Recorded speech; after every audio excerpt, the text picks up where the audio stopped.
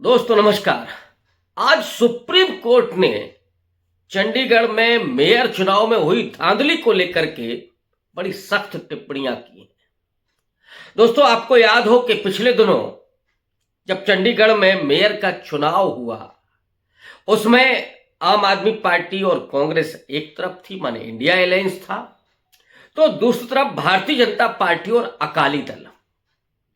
अगर आप आंकड़ों को देखें तो 20 पार्षद यानी 20 वोट इंडिया अलायंस के पास थे और 15 है भारतीय जनता पार्टी और अकाली दल के पास। लेकिन जब नतीजा रिटर्निंग ऑफिसर ने घोषित किया तो उन्होंने कहा कि 8 मतपत्र इंडिया अलायंस के अवैध घोषित किए जाते हैं, लिहाजा 15 और 12 के अनुपात से इस चुनाव में मेयर का पद बीजेपी जीतती है। हंगामा मच गया। सच्चाई यह है कि जिस तरह से रिटर्निंग ऑफिसर ने उन मतपत्रों पर अपना पेन चलाया, उससे ये आशंका हुई कि इन मतपत्रों को अवैध घोषित करने में, अवैध बनाने में खुद रिटर्निंग ऑफिसर यानी पीठासीन अधिकारी अनिल मसीह का रोल है। और ये अनिल मसीह वो हैं जो भारतीय जनता पार्टी के एक कार्यक्रम में दिखाई पड़ते हैं। तो क्या उन्होंने एक भारतीय जनता पार्टी के सदस्य की तरह रिटर्निंग ऑफिसर का किरदार निभाया? ये सीधे तौर पर सवाल या निशान खड़ा कर रहा था, लेकिन गोदी मीडिया ने, भारतीय जनता पार्टी के प्रवक्ताओं ने, आईटी सेल ने इसे मास्टर स्ट्रोक बता दिया।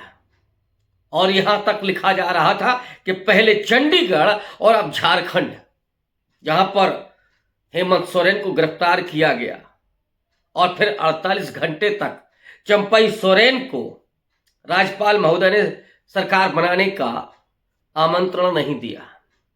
बिहार में जो हुआ वो भी मास्टर स्ट्रोक, ऑपरेशन लोटस का खेल।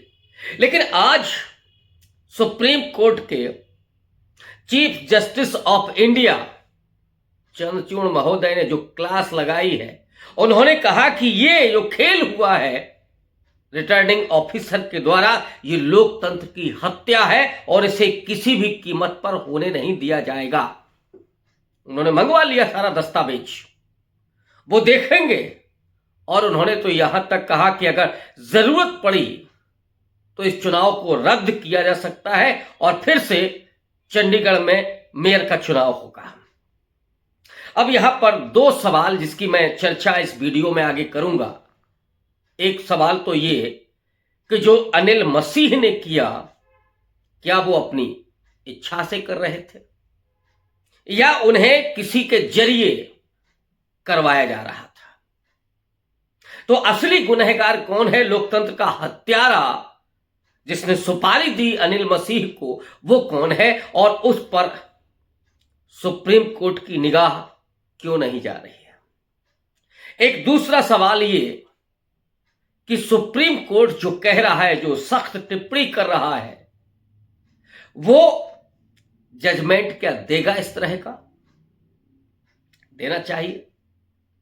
और तीसरा सवाल ये कि चंडीगढ़ में इस मेयर के चुनाव में जो धांधली हुई है, उसको लेकर के जो आशंकाएं हैं लोकसभा चुनाव के लिए, उन आशंकाओं पर क्या असर होगा और इसका लोकसभा चुनाव पर पूर्णतः क्या असर होने जा रहा है? पहला मुद्दा कि ये जो हुआ है उसका असली गुनहगार कौन है? जाहिर तौर पर भारतीय जनता पार्टी का आला कमान नरेंद्र मोदी और अमित शाह। बिना उनके इशारे पर अनिल मसीह की क्या हैसियत है कि वो ये खेल करें? और ये आशंका इसलिए और है क्योंकि लंबे समय तक चंडीगढ़ के इन चुनावों को टाला गया। और क्यों टाला गया, ये सवाल तो चुनाव आयोग पर भी है। क्या बहुत कुछ मैनेज करने की कोशिश हो रही थी? क्यों नहीं? जब आम आदमी पार्टी, कांग्रेस तैयार है, लेकिन चुनाव में देरी की गई और फिर रिटर्निंग ऑफिसर के जरिए जो मतपत्र अवैध घोषित किए गए, वो किसके इशारे पर हुआ? तो अनिल मसीह से नहीं काम चलेगा, बल्कि असली जो गुनहगार है, जो पार्टी का आका है, जो सरकार का आका है, सवाल तो उस पर सुप्रीम कोर्ट को करना चाहिए। अब नंबर 2, सुप्रीम कोर्ट कई बार बड़ी तल्ख टिप्पणियां कर चुका हो कई मुद्दे पर। सीजेआई चंद्रचूड़ से लेकर के और भी कई लोग, चंद्रचूड़ को खासा सख्त माना जाता है, लेकिन एक निरंतरता में पैटर्न देखा जा रहा है कि टिप्पणियां तो होती हैं, लेकिन जब जजमेंट लिखा जाता है तो वो भी चीजें नहीं आती हैं। और इसलिए ये आशंका भी कहीं ना कहीं बलवती हो रही है कि जजमेंट में वो बात आएगी कि नहीं आएगी, चुनाव रद्द होगा कि नहीं होगा। लोकतंत्र का जब गला घोंटा जा रहा है, उसकी हत्या की जा रही है, खुद सीजेआई कह रहे हैं, तो फिर वक्त क्यों लिया जाए? क्यों नहीं लोकतंत्र के हत्यारों पर शिकंजा कसा जाए, उनको एक्सपोज किया जाए? और यह काम अपेक्षा की जाती है कि सुप्रीम कोर्ट के जरिए होगा। अब तीसरी बात कि जो इस समय हो रहा है वो पहले से भी लगातार चल रहा है। ऑपरेशन लोटस के नाम पर ये जो लूट हो रही है वोटों की, ये जो लूट हो रही है प्रतिनिधियों की, प्रधानमंत्री ने आज पार्लियामेंट में कहा कि जिन्होंने लूटा है हम उसको वापस लाएंगे, जिसको जो सोचना है वो सोचे। अरे आप तो साहब पूरे लोकतंत्र को लूट रहे हैं, प्रतिनिधियों को लूट रहे हैं, वोटर को खरीद रहे हैं, विधायक खरीद रहे हैं। ये कौन नहीं जानता है? तो ये जो लूट है, लोकतंत्र की जो लूट है, उस लूट को क्यों नहीं रोका जा रहा है? क्या सुप्रीम कोर्ट को इस पर स्वतः संज्ञान नहीं लेना चाहिए कि लोकतंत्र को जिस तरह से मजाक बनाया जा रहा है, कहीं गवर्नर खेल कर रहे हैं? झारखंड में होते होते बचा, महाराष्ट्र में क्या हुआ? सुबह भोर में 6 बजे शपथ दिलवाई जाती है, बिहार में सुबह इस्तीफा होता है, शाम को शपथ होती है। ये जो तमाशा हो रहा है, इस तमाशे पर लगाम लगनी चाहिए और ये चीफ जस्टिस ऑफ इंडिया को इसके बारे में कोई सख्त फैसला करना चाहिए, क्योंकि सुप्रीम कोर्ट, माननीय सुप्रीम कोर्ट संविधान का प्रहरी है, संरक्षक है, और सुप्रीम कोर्ट के जस्टिस वो उसके प्रतिनिधि हैं, उनके जरिए संरक्षण होता है। और चौथी बात, जो चंडीगढ़ में हुआ, सरेआम आंखों में धूल झोंकने की कोशिश हुई।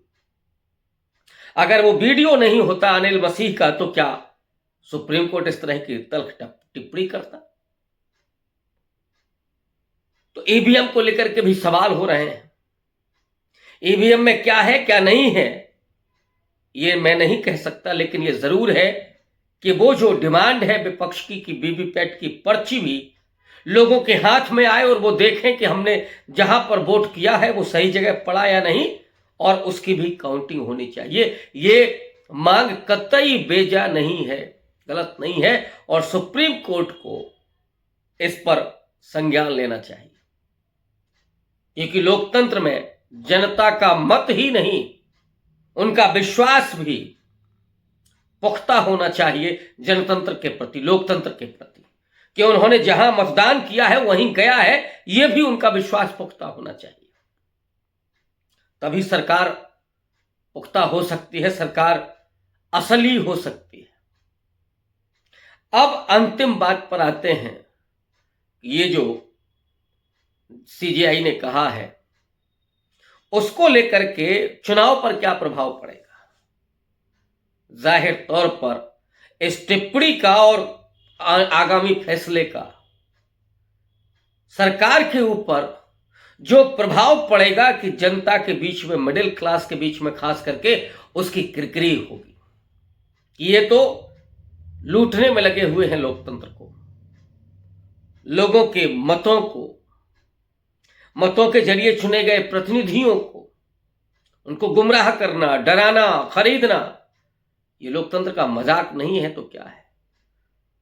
तो लोग उस तरह से ज्यादा वाइब्रेंट होंगे लोकतंत्र के प्रति और लोकसभा चुनाव में वो बीजेपी को सबक भी सिखाएंगे। इसने एक काम और मजबूत किया है चुनावी राजनीति के लिहाज से कि आम आदमी पार्टी और कांग्रेस को और ज्यादा इंटैक्ट कर दिया है, ज्यादा नजदीक लाने में ये घटनाक्रम एक तरह से वो कामयाब हुआ है। झारखंड में जो किया इस सरकार ने, उससे झारखंड मुक्ति मोर्चा और ज्यादा मजबूत हुआ है।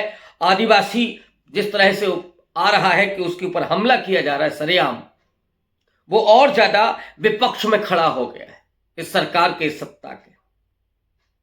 बिहार में जो पूरा घटनाक्रम हुआ कि नीतीश कुमार ने इधर से उधर पलटी मारी, बीजेपी ने पलटी मारी और अब मांझी किनारा कर रहे हैं।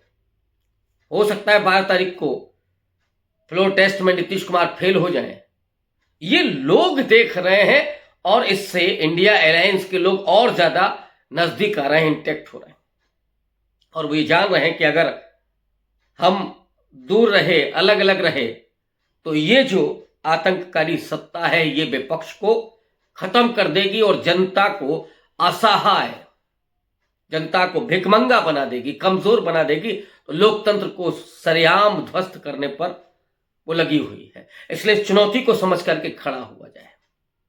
तो अब पंजाब से लेकर के दिल्ली तक ये आपको जुगलबंदी ज्यादा मजबूत दिखाई पड़ेगी। इसलिए सुप्रीम कोर्ट की टिप्पणी बेहद महत्वपूर्ण है और सही समय पर आई। शुक्रिया।